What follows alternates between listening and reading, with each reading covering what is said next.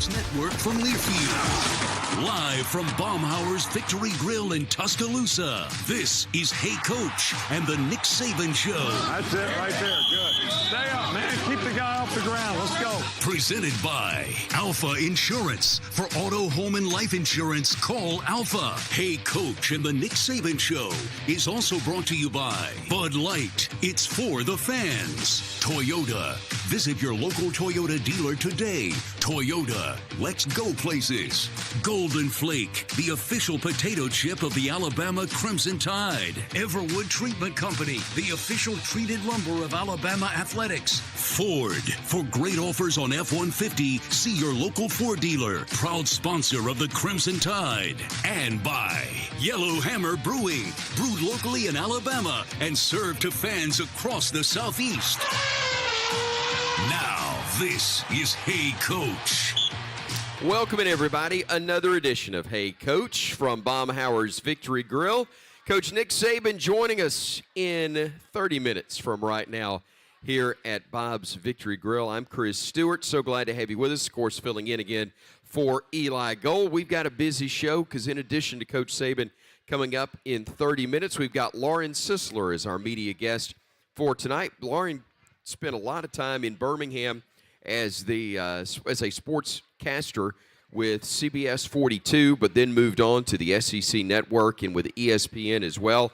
Lauren will be part of the crew calling our game this weekend, and we look forward to having her with us as the media guest here tonight. And when we come back, we'll be talking Alabama women's basketball with the head coach of the Crimson Tide, Christy Curry, joining us here. It's Hey Coach presented by Alfa Insurance, and do want to remind you that you can keep up with everything Alabama with the Alabama Crimson Tide mobile app. It's presented by Cadence Bank. It's available at the App Store and at Google Play. Download the Alabama Crimson Tide mobile app right now for free. This is Hey Coach. It's live from Baumhauer's Victory Grill, the official watch party location of the Crimson Tide, and it's right here on the Crimson Tide Sports Network from Learfield.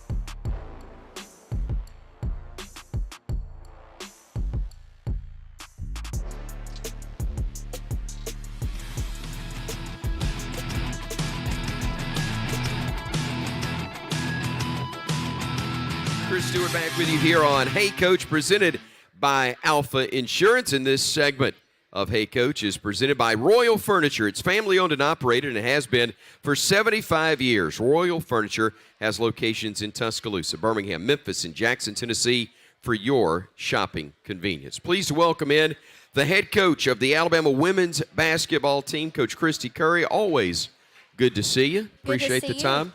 Absolutely. I know the day after being on the road is a tough one, especially when you get a loss for the first time on the year. It doesn't make it any easier. Well, it doesn't, but, I always see these as more opportunity to learn. I don't think it was a bad loss. I mean, it's a really good South Florida team that's picked to win their league. We put the schedule in place to challenge us. You can go pick some easy ones early, or you can be challenged early and see what your response is going to be. And I think this will be a really, really, really beneficial experience for our team moving forward. You, like you said, had a chance to go play another quality team, and you're in a spot where you can schedule up. You've got a roster, or you knew you were going to have a roster that was going to allow you to play a more competitive schedule than you do some other years. And clearly this is a South Florida team that fits that mold, and you're going to get it in league play. But to play in non-conference, stepping up pace, and this is just, I'm not going to say the beginning of it because you've played a good team or two before this, but it's not getting any easier anytime soon. Not easier, and I think it's put in place. When you open up with a Georgia, then you turn around and go to Tennessee New Year's Day, and if we're challenged early in the schedule, again, I just don't think this is a bad loss. It's going to be a team that's going to be a tournament team that's picked to win their league. We had a great win at Tulane on the road against a really good Tulane team. And then, to go to South Florida, amazing crowd, really great atmosphere. I don't know if you've ever played there. I have. But, man, that's an SEC environment for us early on the road. And we did a lot of good things. We just missed shots, Chris, and you got to rebound better. And we'll shoot the ball better than we did last night. But I think you have to credit South Florida. And we had a 6-point lead at the half and just came back out and couldn't finish some plays on both sides of the ball. And, some great opportunities to teach, great opportunities to go back to work. But like you said, it doesn't get any easier, and that was put in place as well. We play a Utah team that beat number 16 Oklahoma last night and put 126 on them. That's a lot of points for girls. It is. 126. It sounds like an NBA game. So we're going to get an opportunity to go be challenged in the Bahamas, and that'll be a good experience as well. You've got a roster that's going to be able to score the basketball, and I know there were some issues last night, but Brittany Davis is going to give you a chance to win every time you go to the floor. She's averaging 17.5 with 7 boards per game, even though maybe not the best outing for her last night, but that's a young lady who can score the basketball, and nights that she does, your squad's going to be very tough to beat. Absolutely, but, we've got to have great balance. It's not all on Britt, and, she struggled last night. She was averaging 26 headed into that. But I think at the end of the day, when we have that fourth player in double figures, we're at our best. And, for whatever reason last night, we really had a lot of trouble finishing plays on the offensive end. And then I thought that affected our defense. Right. Sometimes when you don't score the ball or you miss a shot, you kind of allow that to affect us on the other end. And that's just a growth opportunity. When we're uncomfortable, how are we going to respond? Playing in that atmosphere, as you said, I would think is going to be a big help for you. Just knowing what the SEC venues can be like. Yeah, it was. I mean, they had a lot of folks in there last night, and I thought their band was really good. As coaches, sometimes you're alert to certain things, and I thought they were all over us. I just thought it was a chance to grow, in a play here or there, we're in a different position and can win that. So I think we can continue to grow and get better. And, again, we had a great experience at Tulane, and then we had an experience last night that I think is a great experience, and you just turn them both into positives. Win or lose, it's how you respond. So the 69-66 loss at Tulane and in this one, a tough one as well, but a lot of wins. No, we beat Tulane I'm now. sorry. Don't you be getting me. I'm Coach, thinking, man, forgive where me. am I? Coach, no, forgive you're me. good. It's okay. You know what would it. help if I looked at the right year on this. So hey, I went to an old one, and I That's apologize. okay. We played Tulane twice last year, and we're able to get them, down there on the road, and then turn around and go back and get them again. That's a hard place to play. It's a fun place to play, too. It's Yeah. No, I've been in that one as well. Yeah. Fogelman is not exactly a large venue. Exactly. Let's go and talk about, though, what this roster looks like and where you feel like you're going to be able to get some of the new kids who are great talent, very talented, get them more and more involved in becoming a ready for SEC play? Yeah, I think we're still searching a little bit for that rotation. I think a lot of it sometime, too, may be based on matchups. But, Leah Nice had a sprained ankle. Carly Weathers is out with a broken thumb. So we've had some nicks and bruises. SA's been limited in practice. So I think just getting the practice routine down and being able to have everybody, you're not always going to have everybody, but just being able to handle what's thrown at us with practice and preparation and being able to get those in-game reps in practice is really going to help us too. So I think we're still settling in on that. I like our depth. I like, we've been going to our bench. I think we've been playing a lot of folks, and we'll continue to play a lot of folks. We're going to talk about the future, and not just this season, but to next year as well, because you just signed one of the top recruiting classes in the country. We're going to discuss that when we come back. More with Coach Christy Curry, the Alabama women's basketball team. We are at Baumhower's Victory Grill. Again, continuing with more Hey Coach on the Crimson Tide Sports Network from Learfield.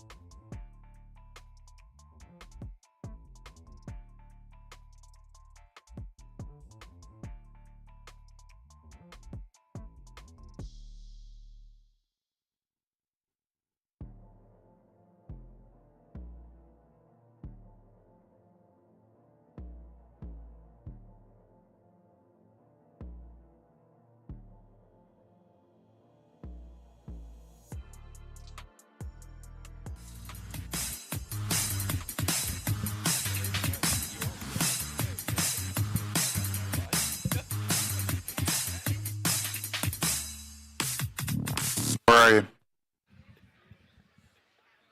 Welcome back, everybody. Glad to have you with us. The best stuff never makes it on air if Tom does everything right, and he did, and we appreciate it. So glad to have you with us back for more of Hey Coach from Baumhower's Victory Grill.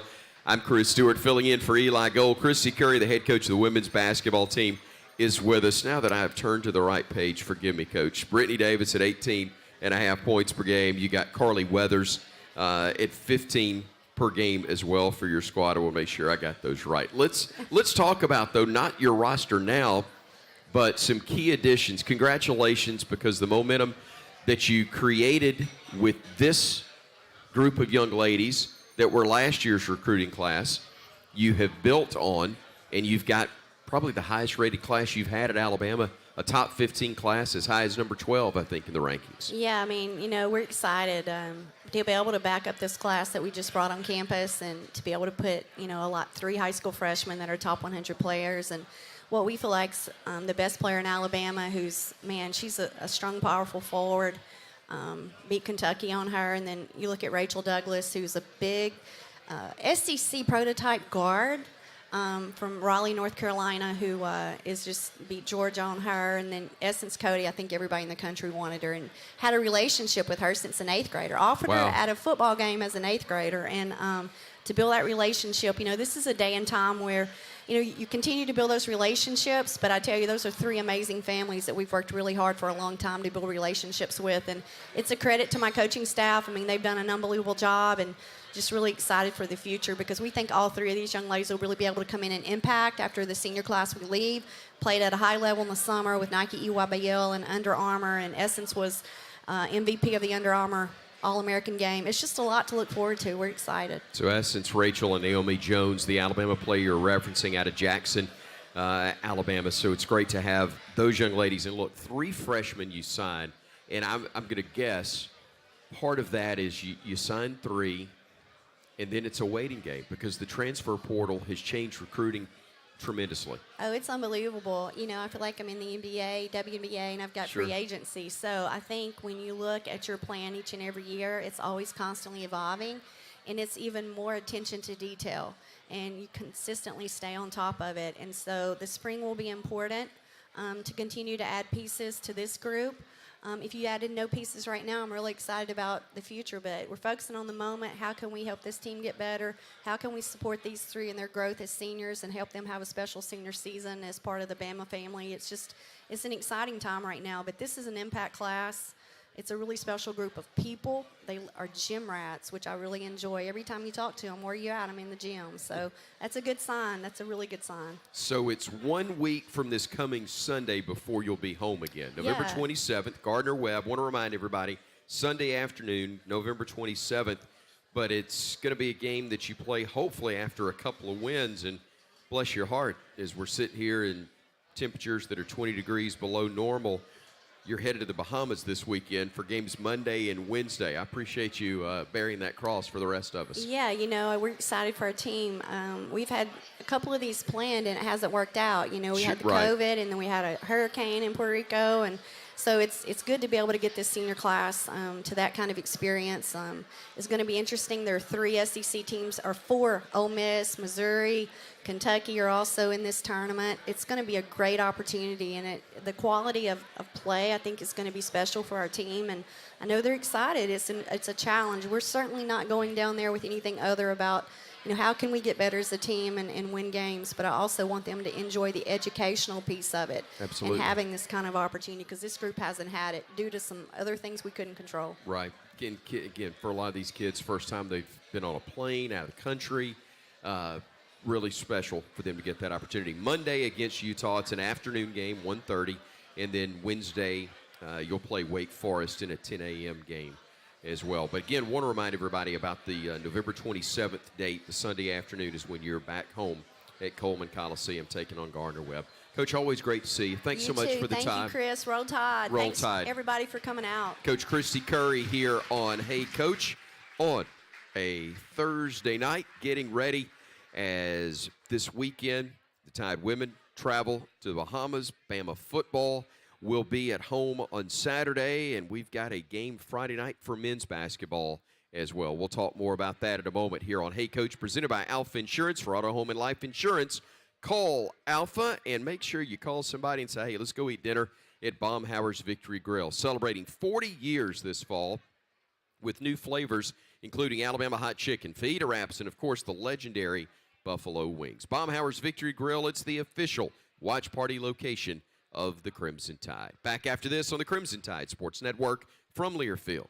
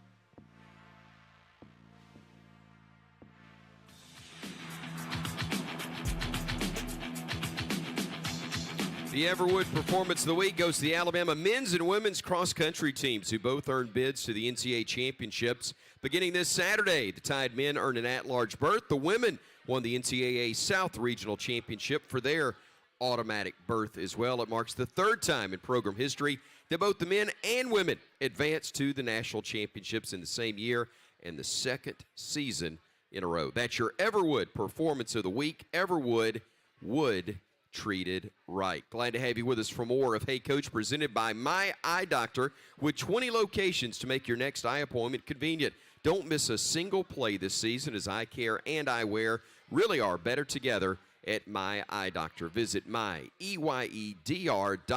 to learn more. Don't also forget that you've got Alabama soccer in action this weekend. The Crimson Tide continuing in the NCAA championships. Wow, Coach Wes Hart's team doing such a fantastic job, and once again trying to advance. They beat Jackson State 9-0 last week. They will take on Portland on Friday night, 6 o'clock. Brown and UC Irvine will play the earlier game at 3, and then Alabama taking on Portland, trying to advance. And then if they do win, they would advance to play on Sunday against the winner of that earlier game between Irvine and Brown. So congratulations and best of luck once more to Coach Hart and the Crimson Tide as they try to advance once more in the NCAA Women's Soccer Tournament. When we come back, we'll have our media guest joining us. Lauren Sisler's here on the Crimson Tide Sports Network. Hey Coach, presented by Alfa Insurance. For auto, home, and life insurance, call Alfa. Call them now as we take a break on the Crimson Tide Sports Network from Learfield.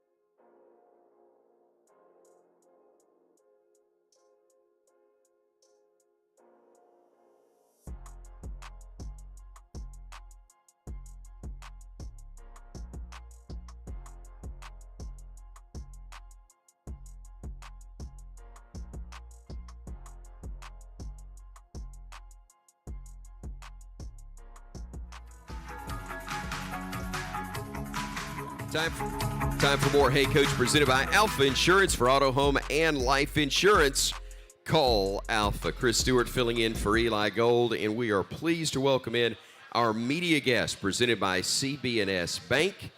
She's from ESPN and the SEC Network. Longtime friend Lauren Sisler. It is great to have you here. What is up, man? It's been a while. It's good to see you. Been on the road? Been on the road. Week 12 of the college football season. Like, what in the world? The season has flown by. I feel like I normally get to be a guest earlier in the season. I'm kind of honored. Like, we're cruising into the back half of the season. We're almost to the finish line, but not quite. Not quite.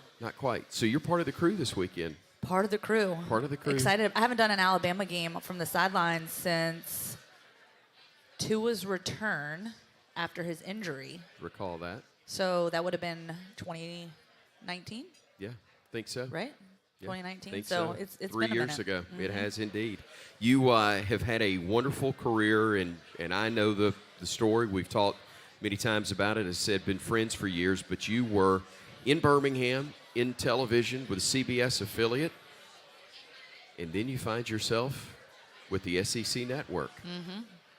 And wow, it's just taken off from there. A lot of SEC Network, a lot of ESPN work as well for you. Yeah, well, it certainly helps being at the right place at the right time when you're immersed in college football and the SEC, you know, during this era of college football. Because I moved here in 2011, so I've been here for over a decade, which is crazy. And never in a million years did I think Alabama would be on my radar. As a Virginia gal, went off to school at Rutgers, New Jersey, you know, was bouncing around to different TV stations, and then you send out your recruiting tape and you hope someone likes you. Yeah. And CBS 42 called. I got the interview, and I have a feeling we're going to be here to stay. My husband and I really love it in Birmingham, so I don't see us leaving anytime soon. It is a wonderful state to live in.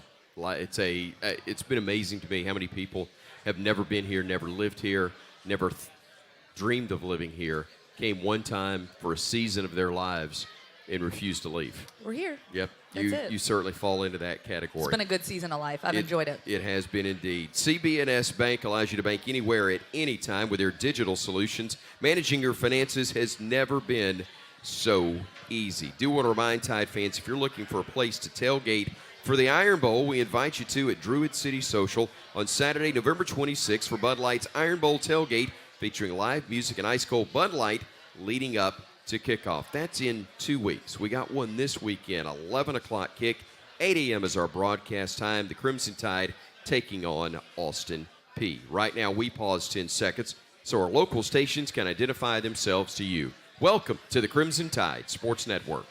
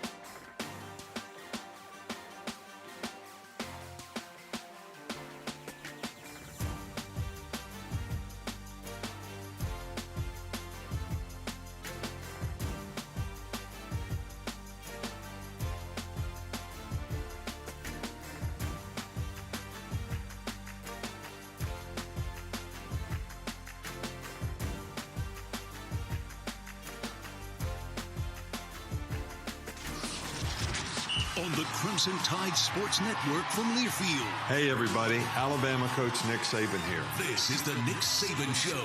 Roll Tide. Live from Baumhauer's Victory Grill in Tuscaloosa. Presented by Alfa Insurance. For the best agents in the business, call Alfa. Also brought to you by Yellow Hammer Brewing. Brewed locally in Alabama and served to fans across the Southeast. Welcome back, everybody, to the Nick Saban Show, presented by Alfa Insurance. I'm Chris Stewart, filling in for Eli Gold. Lauren Sisler of ESPN and the SEC Network is our media guest. She will be part of the broadcast crew, along with Mike Morgan and Dave Steckel for the Tide and the Governors of Austin Peay this weekend. We've told you their roles. You're probably aware of the role of the next individual that we welcome to the show. He'll be our head coach on Saturday, and we are so glad that he is.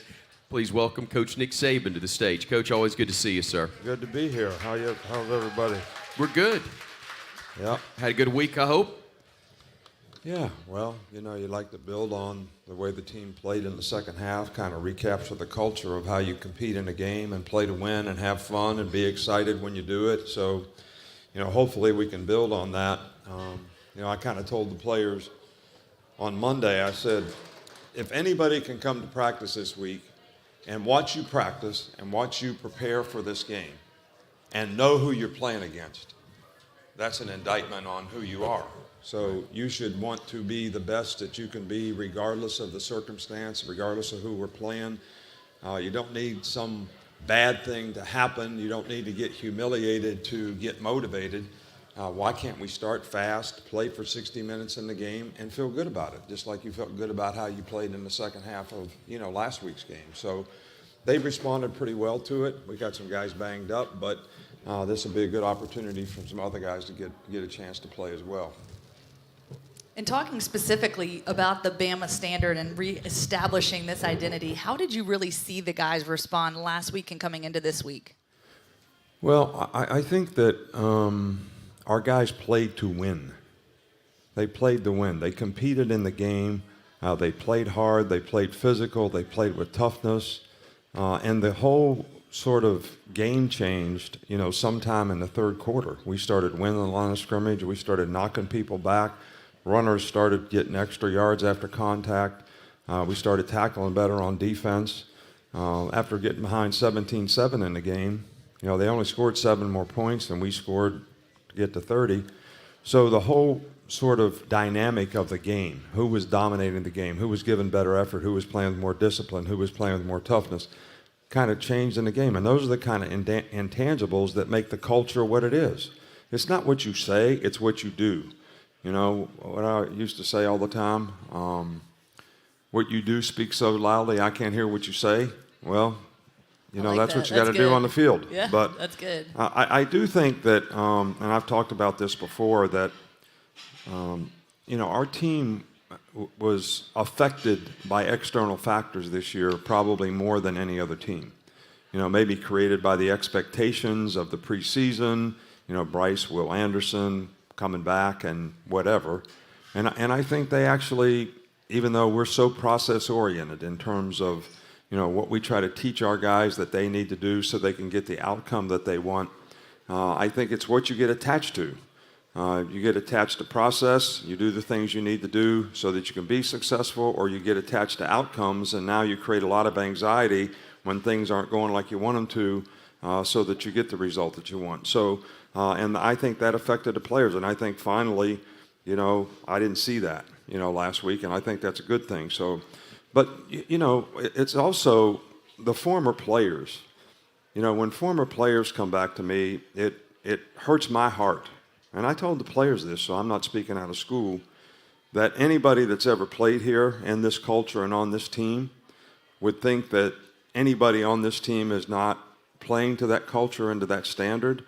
That really breaks my heart because I'm responsible for that. And I want all the players to feel the responsibility that goes with that in terms of who we are at Alabama, how we play, what we do, and how we do things. So we're working on it.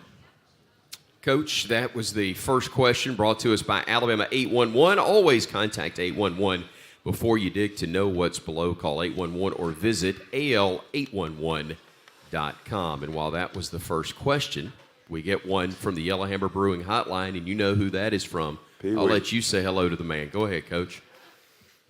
Pee-wee. Yes, sir. What's How are going you? on, man? How you doing? I'm doing well, Coach.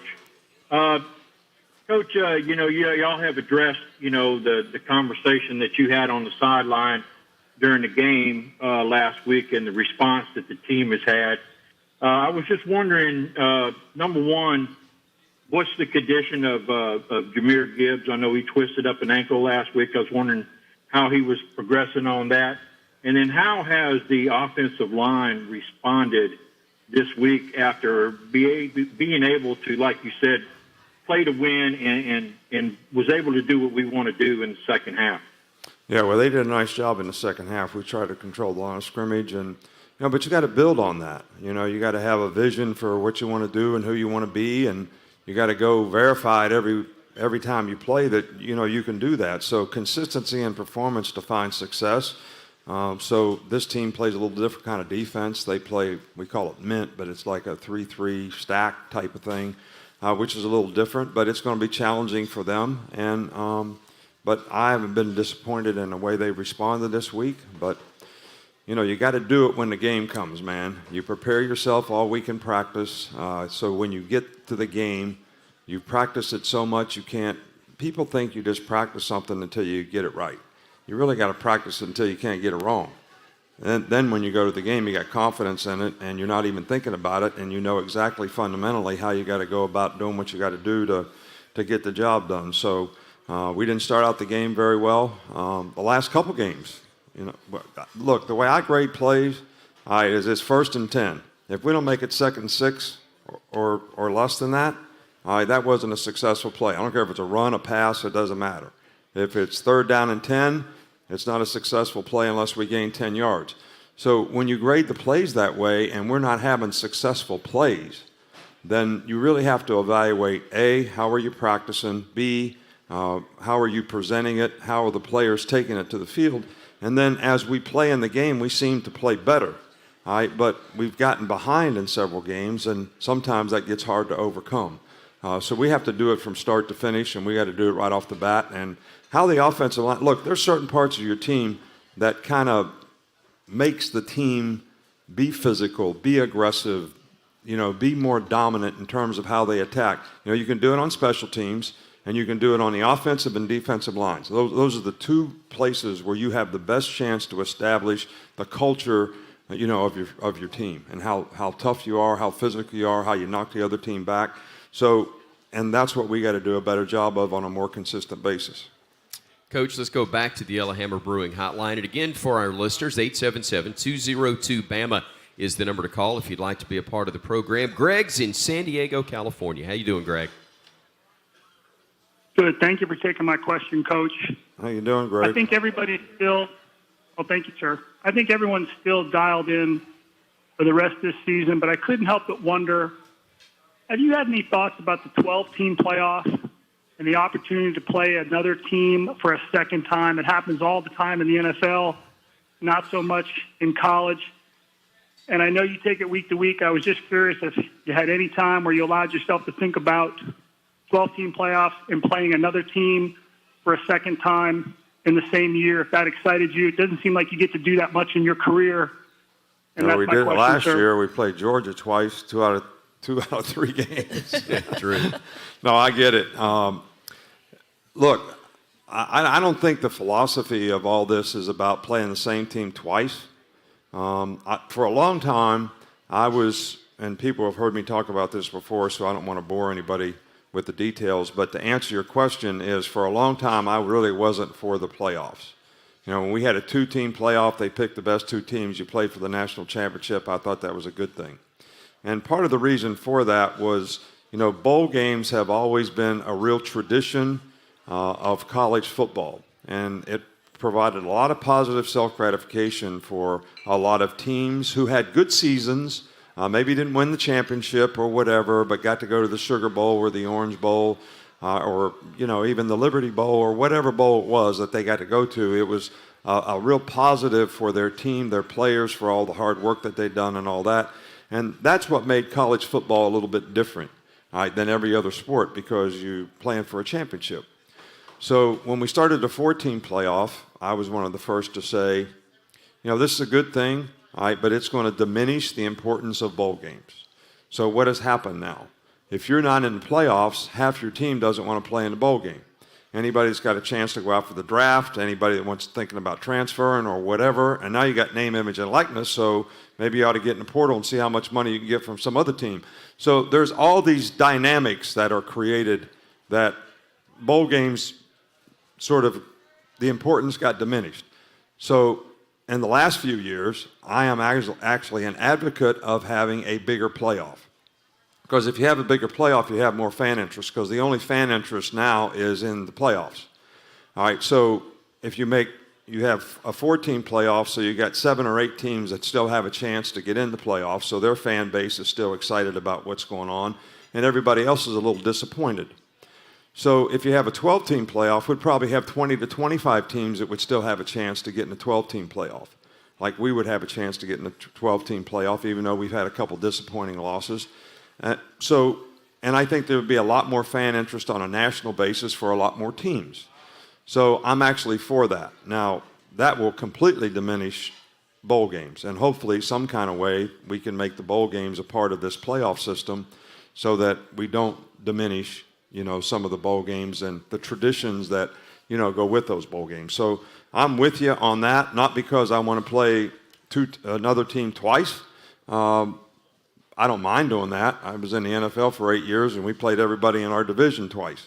One year we played the Pittsburgh Steelers 3 times. We lost to them twice in the regular season, and we lost to them in the playoffs. We only lost 5 games. We lost 3 times to the Steelers. So I know about playing the same team twice.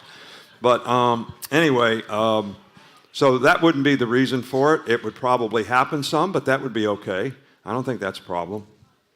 Lauren, what you got for us? So speaking on fan interest, we know how much you love oatmeal cream pies. And before the season, I asked you about the oatmeal cream pie ice cream. You said one of your players had given you some. You threw it in the freezer. You hadn't gotten around to eating it. Have you given it a try yet? I took 1 bite. And? I'm back to my little regular Debbie. So not as enjoyable as you had hoped or thought it would be? It was okay, but, I mean, it's hard. When the standard is up here, it's kind of hard. It's all about the standard. You got to go with the OG, the original, right? That's right. The OG, Little Debbie. Good stuff. All right. When we come back, we'll have more with the OG himself. We will also take more of your calls at 877-202-BAMA. Stay with us. We're back with more of the Nick Saban Show here on the Crimson Tide Sports Network from Learfield.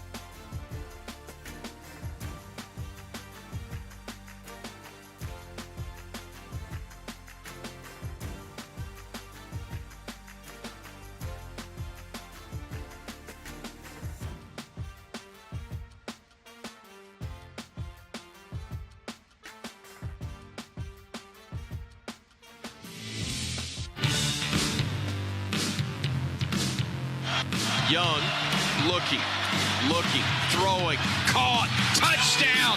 Cameron Latu makes the grab in traffic. terrific. 8 yards. Alabama trying to claw their way back. The Tide pulls to within 4. That's a refreshing Bama highlight presented by Yellowhammer Brewing Company, brewed locally in Alabama and served to fans across the Southeast. Welcome back, everybody. It's Hey Coach and the Nick Saban Show. It is presented by our friends at Alfa, and we're glad to have you with us here on the show. And glad to have Lauren Sisler from ESPN and the SEC Network. She will be on the call this weekend as the Crimson Tide is in action against Austin Peay. The Governor's coming to town for an 11 a.m. kick. We'll be on the air beginning at 8 a.m. with pregame coverage. That's after we have an 8 p.m. tip-off for Alabama basketball on Friday night. We'll actually have pregame coverage starting at 7 for hoops, tip-off at 8, and then just stay with us. We may just go all night long with the broadcast and continue on with kickoff set for 11 for football on Saturday. Lauren Sisler, our media guest from the SEC Network and ESPN. Got another one for Coach? Yeah, Coach. Bryce Young wins the most coveted award in college football a year ago, but continues to show development and growth. Where have you seen the most growth from him this season?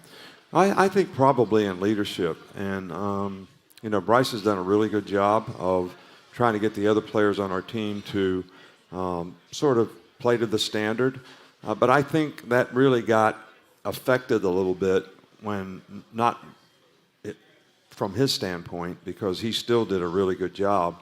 But the development of our offense and how our offense was able to grow and improve when Bryce basically got hurt at Arkansas and, missed a game but couldn't really practice, with the other players, especially in the passing game.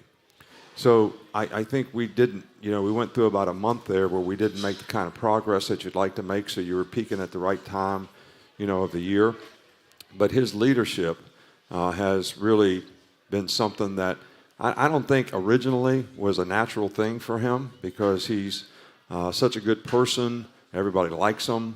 Mm-hmm. And, sometimes when you're a leader, you can't really care too much about what everybody thinks of you. You just try to get them to do what's right. Sometimes people don't like that.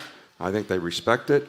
I think he's learned how to do that really, really well, and I think it's had a huge impact on our team. Well, and I think back to an instance back when we did your spring game 2 years ago, and we brought him into the media room, and he was with 2 other players, and we were kind of firing questions at the group, and he sort of deferred to those guys first. Let them go first. I know I'm the quarterback of the team, but I want these guys to have a voice. So that really impressed me, just how his demeanor was and how he wanted those guys to speak up and have that opportunity.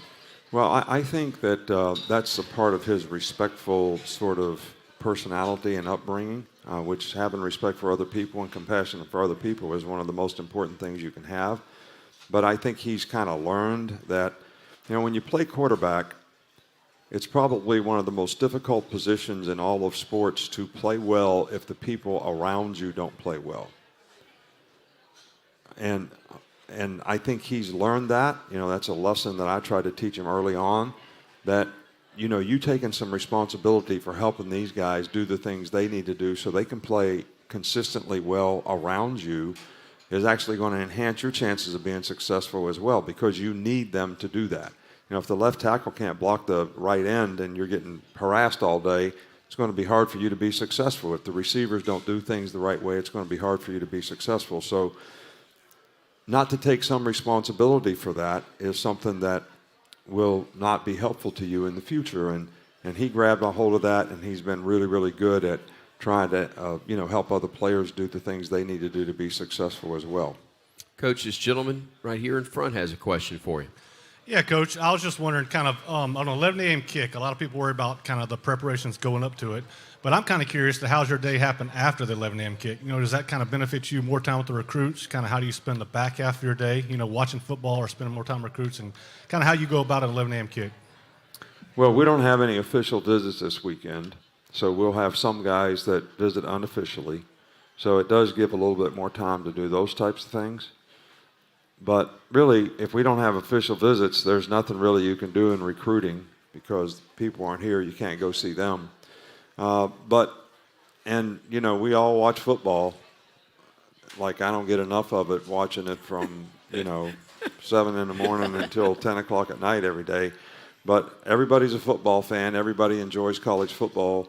So we get a little bit more time to see some of the other games, see how the other teams are doing. But we do have recruits there, but they're on unofficial visits, and we will spend a little bit more time with them after the game, which typically we don't have a lot of time to do, especially when you play night games, because they all got to get going to wherever they're going. And a lot of the good players that we've recruited are in the playoffs, so they have a tough time coming to games, this time of year. Thank you, sir. So there's really no advantage of playing at 11 o'clock, other than you got to get up early. When you get out of bed and your feet hit the ground, you better be ready to go. That's players and coaches alike. So, Coach, a quick follow-up to that. I want to know how Nick Saban watches college football when it's obviously not Alabama playing. I mean, afterwards, you home with Miss Terry?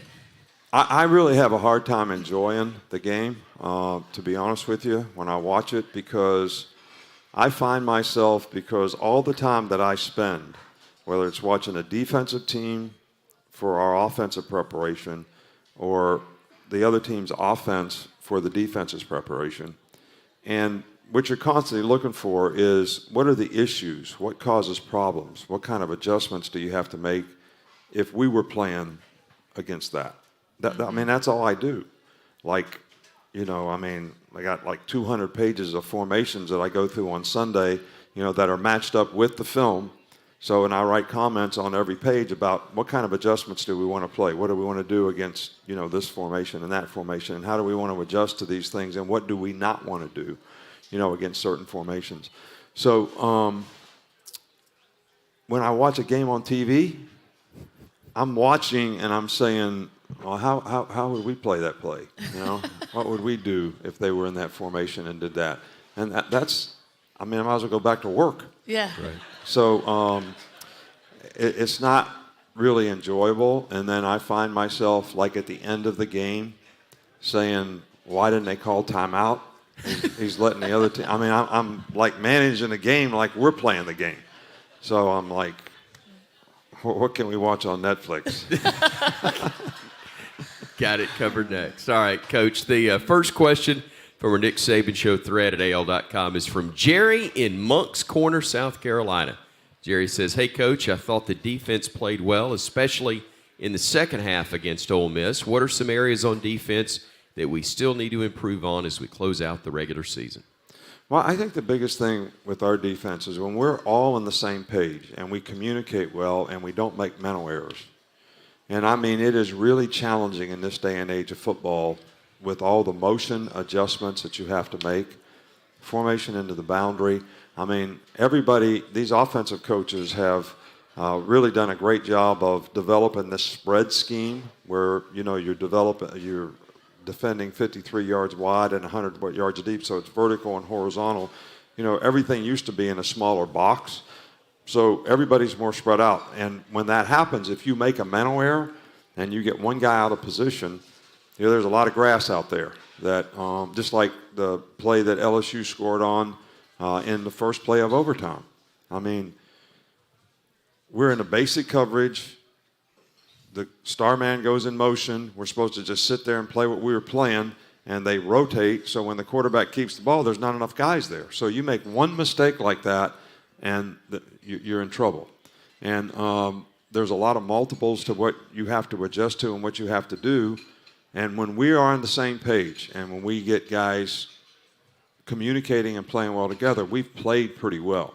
Most of the time when we have issues, it comes down to two things, mental errors or missed tackles. And if you watch those two things, and most people don't know when we make a mental error, but I do, and when we don't tackle well, especially in space. Those are the biggest problems. But I tell you what, the 4 plays when Ole Miss got the ball on the 15-yard line last week, they played those 4 plays really good. Pressured the quarterback, got a couple sacks, had really good coverage down the field. And, so we did the things we needed to do to win the game in those situations. But there have been other times this year in critical situations we haven't done that. I don't know how many times I called Bryce Young's name on the radio broadcast. He played. But it was a bunch. It was great, wasn't he? Yeah, he played great. He really did. He's from Mississippi, and he played great. I tell you, I got to tell you, when these guys have these kind of games, the first thing that comes in my mind is when I went to their home visit. Right. you know, and his mother's a great lady, and it was like Thanksgiving, you know, on the home visit. Right. I mean, I'm thinking I'm going there to try to talk this guy into coming to Alabama. That mama was doing nothing but making sure everybody had enough to eat and fed good, and the whole family was there. You know, you're talking about 25 people. This wasn't like, you know, just me and Mom and Dad and Byron. It was, you know, like a wedding. So I always remember that, you know, when guys do well, the first thing that pops into my head is home visit. Yeah. Do you remember any specific food from that visit that? Yeah, fried chicken. You better believe it. It was good, too.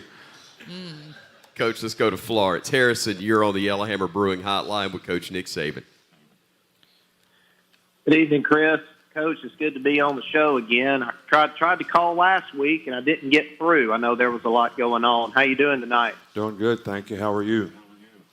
Doing great. I just had a quick question about a pregame tradition that I've seen you do numerous times on social media. I've seen videos and pictures on Facebook and other outlets of when you get to the stadium, regardless of where it is, you have your suit on and you take a pregame lap around the field.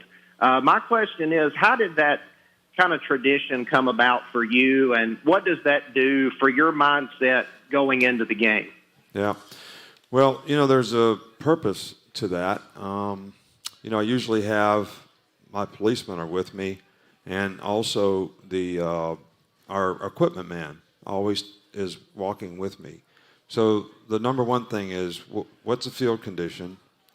If, you know, the field's not in good shape or whatever. Second thing is are there wind conditions out there? And then I'm looking at the stadium to see how the stadium's set up. Where are the shot clocks? You know, the 40-second clocks, you know, because every stadium is different now with all these, you know, big screen TVs and all the stuff they have in them. So I'm trying to just get myself oriented.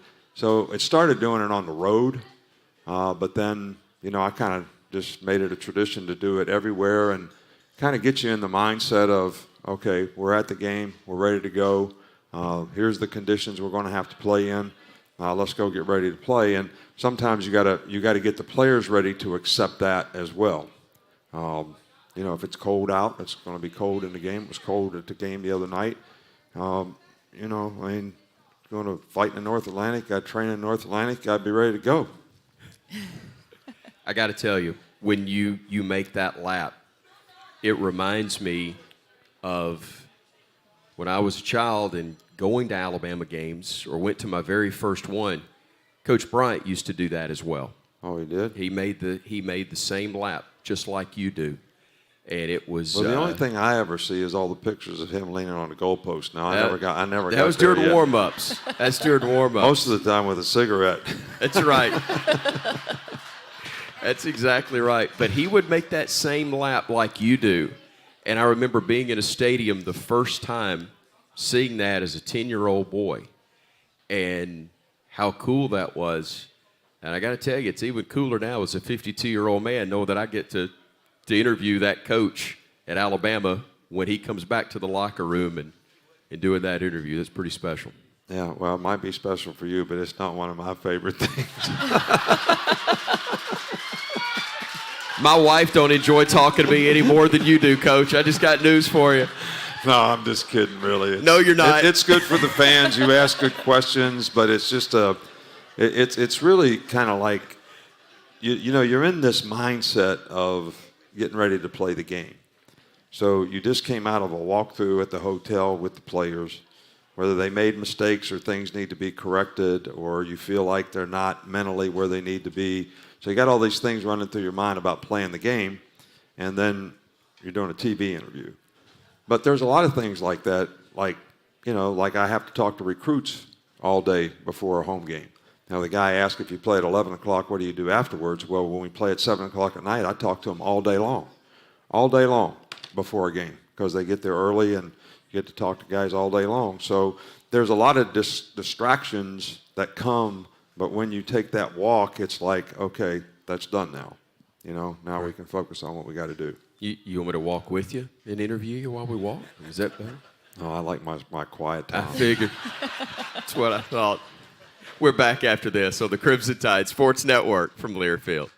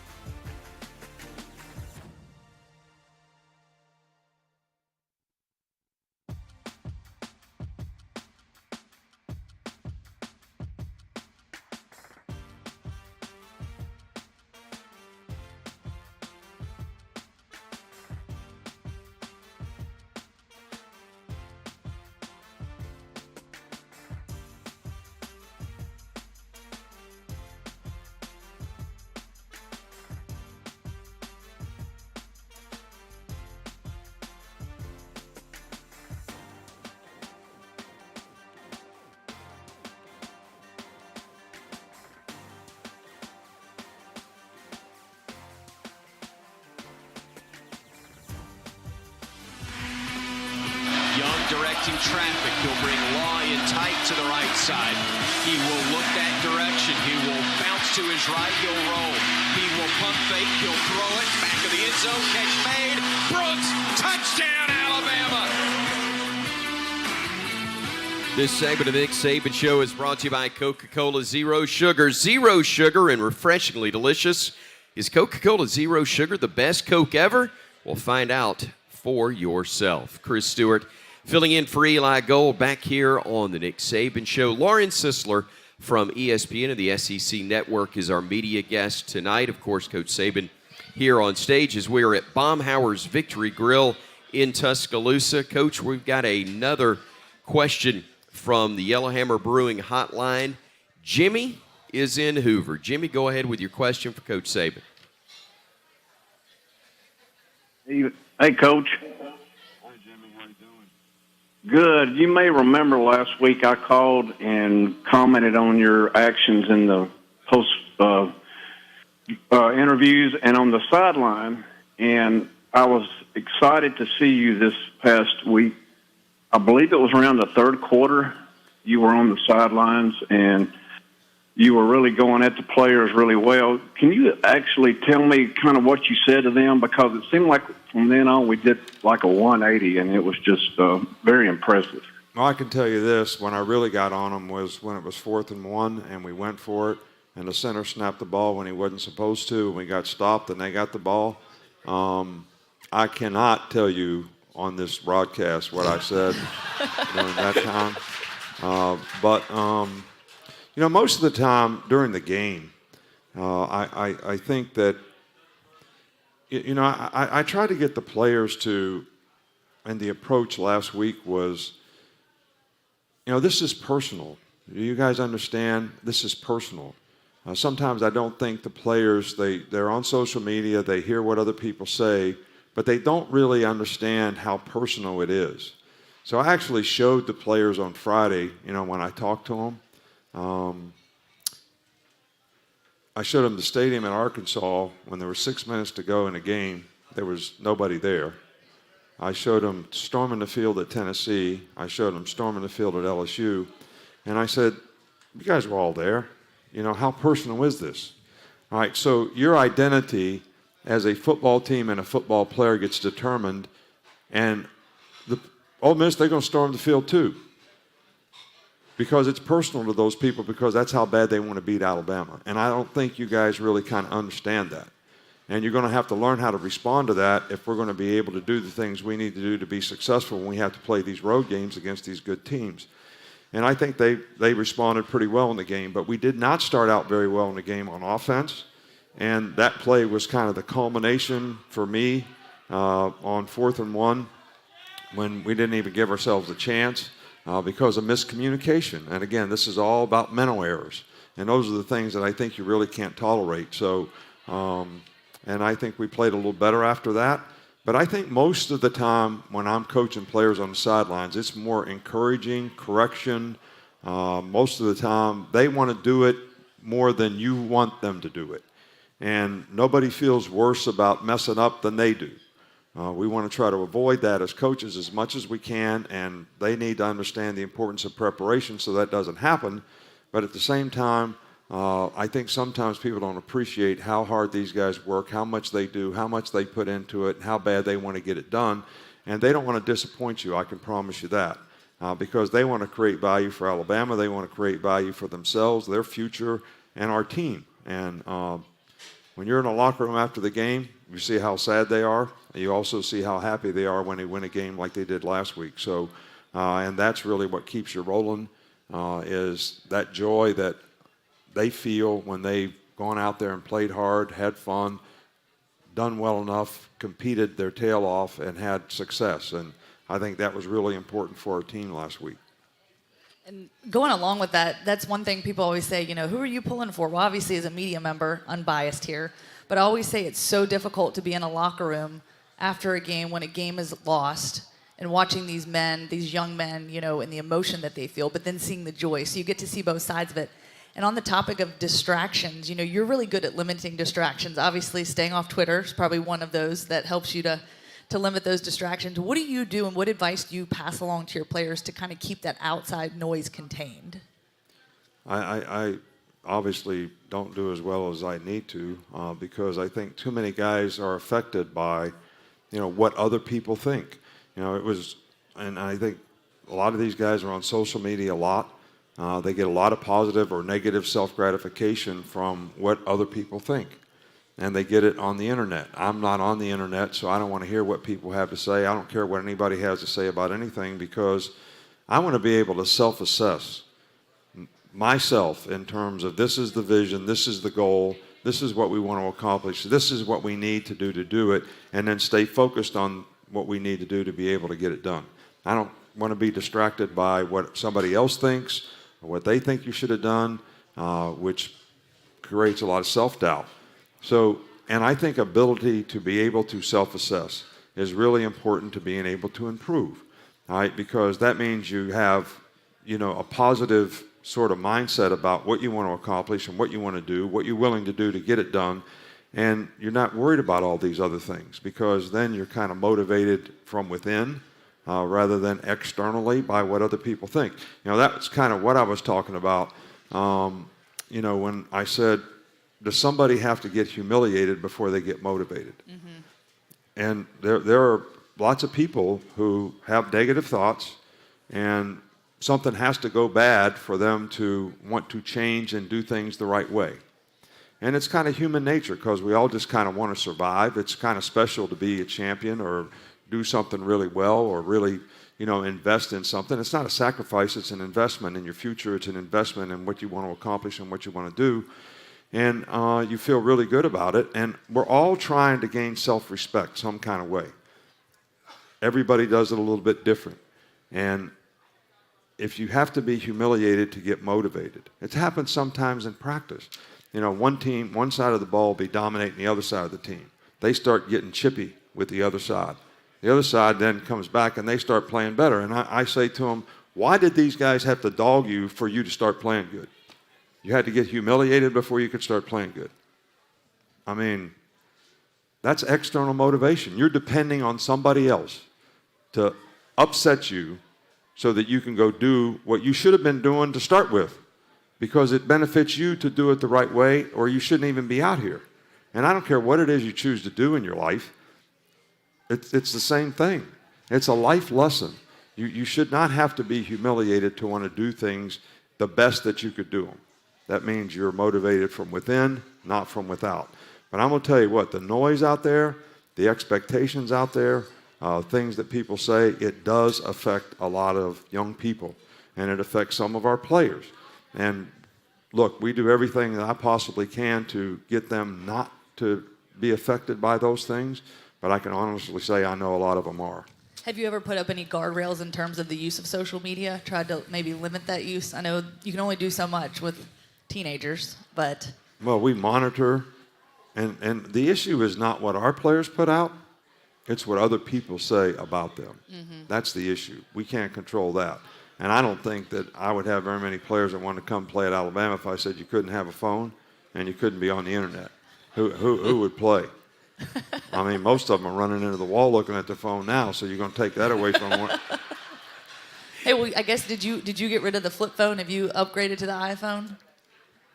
I don't know. What kind of phone do I have? I do have an iPhone. I can actually. Just Terry says it's an iPhone. I've actually gotten to where I can text at least one line. Oh, good. Nice. Wow. Very nice. It takes a while, but I can get it. We'll let you send a text as we take a break here on the Crimson Tide Sports Network from Learfield.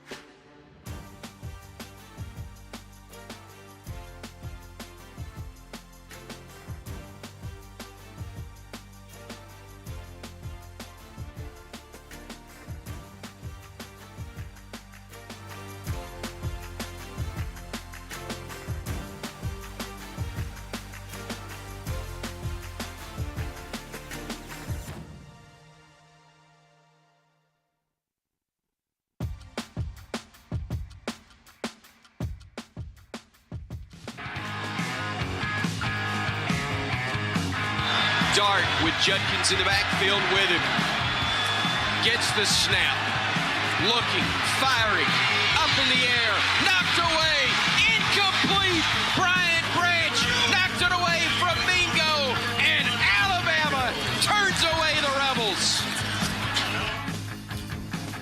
Welcome back, everybody, to more of the Nick Saban Show here at Baumhauer's Victory Grill in Tuscaloosa. Chris Stewart filling in for Eli. Lauren Sisler from ESPN of the SEC Network is our media guest here with Coach Saban. And, Coach, our second question from the Nick Saban Show thread at AL.com is from Alice in Theodore, Alabama. She says, hey, Coach, is the early signing date in December a positive in that you can enroll more kids at Alabama early for spring semester? Well, I think the trend in guys coming into school at mid-year probably started even before the early signing date. But what the early signing date has done is changed the whole recruiting calendar, because, you know, we all said when we moved from the first Wednesday in February to December that that date would become the signing date. You know, now 95% of the players sign on December 22nd, whether they're going to be mid-year guys or not. All right, the one thing that it has done is administratively, if you had someone who was going to come in at mid-year, you didn't know until they enrolled in school whether they were going to be there or not because there was nothing, they couldn't sign early. So that's a positive, the early signing period. But because of the early signing period, the evaluation period moved up. Then they changed the recruiting calendar where guys could visit in the summertime, all right, which a thing that was sort of perpetuated by a lot of schools up north who wanted to recruit guys in the south so they could visit when the weather wasn't so bad. So now we have probably every weekend in June where we have official visits. Well, we never ever had that before. People always visited during the season, they visited in December, and then they visited in January because the whole calendar was based on February. Now the whole calendar is based on December. So guys are going to visit either during the season or they're going to visit in summertime. So there's good and bad in it. I think in football, though, it's a disadvantage for some players that develop late. Because what this has also required us to do is we have to evaluate players when they're sophomores and juniors. And, you know, football is a developmental game. All right, so if you remember when you were a sophomore, a lot of folks out there, and how much you matured and how much you physically developed from the time you were a sophomore to when you were a senior in high school. And some people do it when they're in college even, later than that.